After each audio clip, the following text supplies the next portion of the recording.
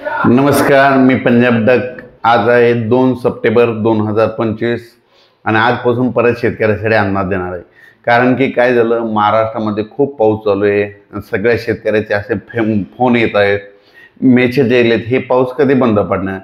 तर सर्वप्रथम राज्यातल्या शेतकऱ्याला सांगू इच्छितो की सुरुवातीला काय करू, विदर्भ आणि मराठवाड्यातल्या शेतकऱ्याला सांगू इच्छितो की म्हणजे आज आहे 2 सप्टेंबर, 3 सप्टेंबर आणि 4 सप्टेंबर म्हणजे 2-3 पर्यंत 2 आणि 3-3 म्हणजे उद्याच्या दिवस विदर्भात 6-5-11 जिल्हे आणि मराठवाड्यात पाऊस राहणार आहे। म्हणून विदर्भ आणि मराठवाड्यातल्या शेतकऱ्यांनी खास करून हे अंदाज लक्षात द्यायचा। म्हणजे सांगायचं झालं तर आणखीन आज 2 सप्टेंबर आणि 3 पर्यंत, त्याच्यानंतर काय होणार आहे, 4 तारखेला पाऊस उत्तर महाराष्ट्राकडे जाणार। म्हणजे 4 तारखेला जळगाव जिल्हा, धुळे जिल्हा, नंदुरबार जिल्हा, नाशिक जिल्हा, या अहिल्यानगर ह्या भागाकडे काय होणार आहे, 4, 5, 6च्या दरम्यान पाऊस जाणार आहे। म्हणून 4, 5, 6ला तिकडल्या भागात पाऊस पडणार आहे, म्हणून हा अंदाज लक्षात द्यायचा। म्हणजे सांगायचं झालं तर फक्त पूर्व विदर्भ 6 जिल्ह्यात आता सविस्तर सांगतो, वर्धा, नागपूर, भंडारा, गोंदिया, चंद्रपूर, यवतमाळ,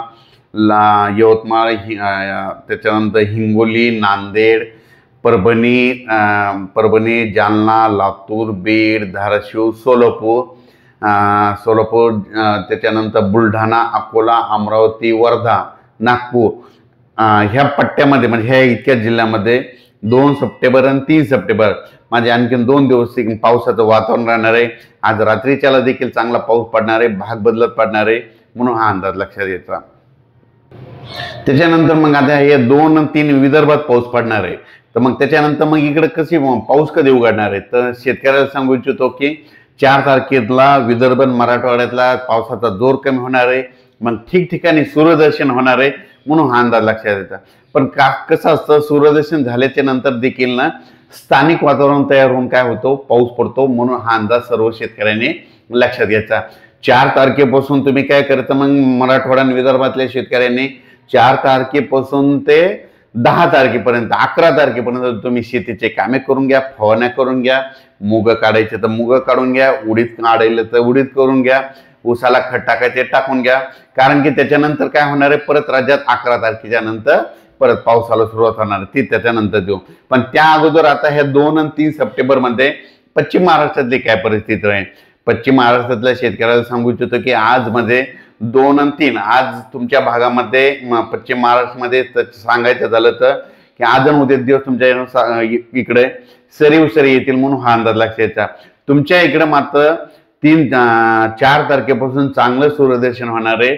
4 तारखेपासून ते 12 तारखेपर्यंत तुम्हाला हवामान कोरडं राहणार आहे, म्हणून पश्चिम महाराष्ट्र, सातारा, सांगली, सोलापूर, कोल्हापूर, पुणे, अहिल्यानगर या जिल्ह्यातल्या शेतकऱ्यांनी हा अंदाज लक्षात घ्यायचा।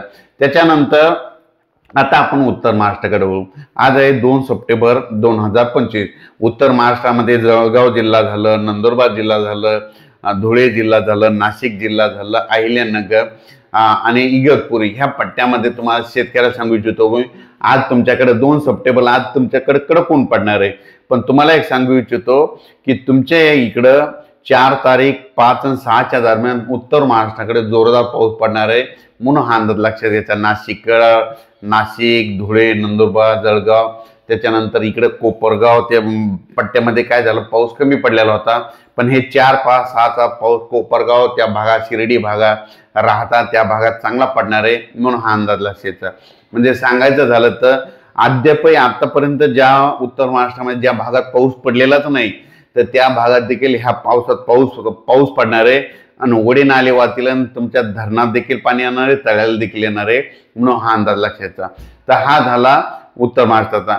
मुंबईकडे देखील एवढं काही मुंबईला जास्त पाऊस पडणार नाही। पालघर पासून म्हणजे इकडं गुजरातकडं म्हणजे सुरतकडं तिकडेच जास्त पाऊस पडणार आहे, मुंबईला जास्त काही पाऊस येणार नाही, फक्त सरी येते।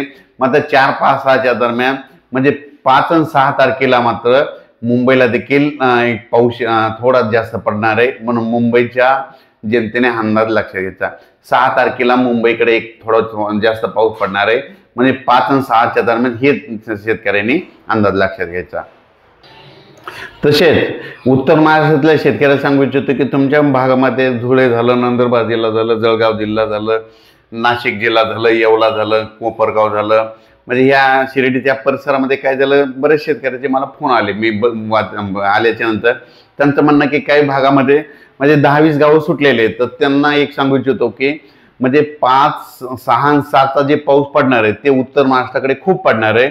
त्याच्यामुळे त्या पावसामध्ये तुमच्या इकडे जरी मुसळधार पाऊस पडणार आहे, काही ठिकाणी अतिमुसळधार पडणार आहे, त्याच्यामध्ये तुमच्या धरणाला पाणी येईल, तळ्यामध्ये देखील पडणार आहे, म्हणून हे अंदाज लक्षात. आणि मुंबईच्या जनतेला एक सांगू इच्छितो की 5 आणि 6च्या दरम्यान मुंबईला देखील एक जोराचा पाऊस येणार आहे, म्हणून हे 5-6 तारखेचा हे देखील मुंबईच्या जनतेनं अंदाज लक्षात घ्यायचा. त्याच्यानंतर सगळ्यात महत्त्वाचं काय झालं की अहिल्यानगर, म्हणजे अहिल्यानगर झालं इकडं सांगली, आटपाडी त्या भागामध्ये काय असतं की तिकडं काही भागामध्ये आणखीन पाऊस पडलेला नाही. पण त्या अहिल्यानगर जिल्ह्यातल्या सगळ्या शेतकऱ्यांना सांगू इच्छितो की परतीचा पाऊस मात्र तुम्हाला जास्त पडणार आहे. परतीचा पाऊस काय होणार आहे, 13 तारखेपासून परतीच्या पावसाला राज्यात सुरुवात होणार आहे, म्हणून हा परतीचा पाऊस चांगला पडणार आहे. म्हणून खास करून अहिल्यानगर जिल्ह्यामध्ये, सांगली जिल्ह्यामध्ये, सोलापूर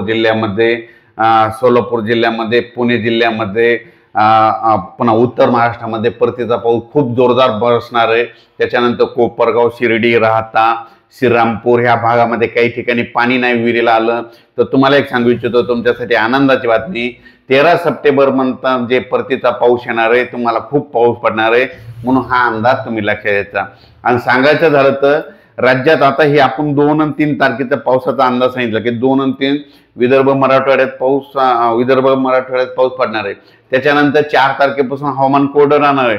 पण विदर्भ मराठवाड्यातल्या शेतकऱ्याला सांगू इच्छितो की आपल्याकडे देखील म्हणजे विदर्भचे 6-5 11 जिल्हे, मराठवाड्याचे 7 म्हणजे 20 जिल्ह्यामध्ये जवळपास म्हणजे 11 तारखेलाच काय होणार आहे तुम्हाला सांगू इच्छितो की नांदेड जिल्हा, यवतमाळ जिल्हा, चंद्रपूर जिल्हा, अकोला जिल्हा, अमरावती, वर्धा ह्या पट्ट्यामध्ये काय होणार आहे, अकोला, अमरावती, वर्धा, नागपूर, भंडारा जिल्ह्यामध्ये 11 तारखेला दस्तक देणारे पाऊस, म्हणून हा 11 तारखेचा अंदाज, 11 सप्टेंबरचा अंदाज लक्षात घ्यायचा. त्याच्यानंतर ते 12ला पाऊस काय होणार आहे, पुन्हा परभणी जिल्ह्यापर्यंत येणार आहे. परभणी, लातूर, बीड जिल्ह्यामध्ये 12ला येणार आहे. परभणी, लातूर, बीड, जालना इकडे बुलढाण्यापर्यंत येणार आहे. 13ला मात्र संपूर्ण महाराष्ट्र परत यावून टाकणार आहे. 14ला आणखीन परत जाणार आहे. 15ला पुन्हा जास्त वाढत जाणार आहे. म्हणजे जवळपास 11 तारखेपासून ते 17 तारखेपर्यंत राज्यात परत 11 ते 17 सप्टेंबरच्या दरम्यान पुन्हा परत एक पाऊस राहणार आहे, म्हणून अंदाज लक्षात घ्यायचा. आणि तो पाऊस मध्ये आता जे पडला त्याच्यापेक्षा जरा मोठा असणार आहे, म्हणून हा अंदाज लक्षात घ्यायचा. खास करून नांदेडकरांना सांगितलं होतं की तुमच्याकडं अतिमुसळधार पाऊस पडणार आहे, म्हणून नांदेडकरच्या जनतेने 11 सप्टेंबर ते 16 सप्टेंबरच्या दरम्यान तुम्ही तुमचे आपले पाळीव प्राण्याची काळजी घ्या, स्वतःची घ्या, विजेपासून देखील काळजी घ्या. लातूर जिल्ह्यात जास्त पाऊस पडणार नाही, तेलंगणाकडे खूप पडणार आहे, पुन्हा कर्नाटककडे पडणार आहे. त्याच्यामुळे तेलंगणा, कर्नाटकल्या शेतकऱ्यांनी देखील अंदाज लक्षात घ्यायचा. त्याच्यानंतर सांगायचं झालं तर द्राक्ष शेतकरी हा अंदाज ऐकत असेल तर तुम्हाला एक सांगू इच्छितो, 11 ते 17 सप्टेंबरमध्ये तुमच्या द्राक्ष पट्ट्यात देखील पाऊस पडणार आहे, म्हणून तुम्ही तुमचं ते द्राक्षाचं कसं नियोजन असतं, कधी फवारण्या करायच्या असतात ते तुम्ही तुमचं नियोजन ठरवायचं. पण त्याच्यानंतर सप्टेंबरमध्ये 2 पाऊस चांगले होणार आहेत. म्हणजे हे तुम्हाला एक सांगू इच्छितो की हे अंदाज व्यक्त करत असताना मी काय करत असतो, 1 जानेवारीला स्वतःहून काय करत असतो, संपूर्ण अंदाज लिहून ठेवतो. तर तुम्हाला एक माहीत असं म्हणून दाखवतो की हे पाहू शकता. आता हे पाऊस कधी येणार आहे, ह्याच्यानंतर डायरेक्ट 10, 11, 12, 13, 14, 15च्या दरम्यान येणार आहे, हे पाहू शकता. त्याच्यानंतर कधी पाऊस सप्टेंबरमध्ये 25, 26, 27, 28 सप्टेंबरला येणार आहे. म्हणजे ह्या तारखा कोणतं उपग्रह 4 महिन्याचा 5 महिन्याचा अंदाज देत नसतं, पण हे स्वतःहून मला 4 दिवस लागतात. त्याच्यानंतर हे ऑक्टोबर महिन्यामध्ये काय होणार आहे, 11, 12, 13, 14च्या दरम्यान थोडा पाऊस येणार आहे आणि त्याच्यानंतर पाऊस लगेच निघून जायला तयार करणार आहे. आणि परत एक सांगू इच्छितो की याच्यामध्ये लगेच मग थंडी कधी येणार आहे, तर नोव्हेंबरमध्ये 2 नोव्हेंबरला सगळे महाराष्ट्रातले शेतकरी स्वेटर घातलेले दिसते, म्हणून हे थंडीचा देखील अंदाज लिहून ठेवलेला आहे. म्हणजे सांगायचं झालं तर म्हणजे हे शेतकऱ्यासाठी खास करून अंदाज हे काढलेलाच असतो, पण कोणाला दाखवत नाही. काय होतं, कोणाचा फायदा होतोय, काही जणांचं नुकसान होतं, त्याच्यामुळे हे जास्त लांब पल्ल्याचा अंदाज लोकांना सांगत नाही. जे मित्र आहेत त्यांना सांगत असतो. पण राज्यातल्या सर्व शेतकऱ्याला सांगू इच्छितो की राज्यामध्ये आता म्हणजे सगळ्यात महत्वाची एक आनंदाची बातमी कशी की विदर्भ मराठवाड्यासाठी की 4 तारखेपासून 11 तारखेपर्यंत विदर्भामध्ये सूर्यदर्शन होणारे, पाऊस उघडणारे, स्थानिक वातावरण तयार होऊन पाऊस पडत, म्हणून विदर्भ मराठवाड्यातल्या 20 जिल्ह्यातल्या शेतकऱ्यांनी हा अंदाज लक्षात घ्यायचा। परत जिल्ह्यावाईज सांगतो की सातारा, सांगली आपलं, त्याच्यानंतर जिल्हा सातारा, सांगली, सोलापूर, कोल्हापूर, सातारा, सांगली, सोलापूर, कोल्हापूर, त्याच्यानंतर धाराशिव जिल्हा, लातूर जिल्हा, बीड जिल्हा, परभणी जिल्हा, जालना जिल्हा, इकडे बुलढाणा जिल्हा, त्याच्यानंतर अकोला, वर्धा, नागपूर, भंडारा, गोंदिया, यवतमाळ, चंद्रपूर, हिंगोली, वाशिम, नांदेड ह्या पट्ट्यामध्ये मात्र 4 तारखेपासून ते 11 तारखेपर्यंत चांगलं सूर्यदर्शन होणारे, उघाड भेटणारे म्हणून हा अंदाज लक्षात घ्यायचा।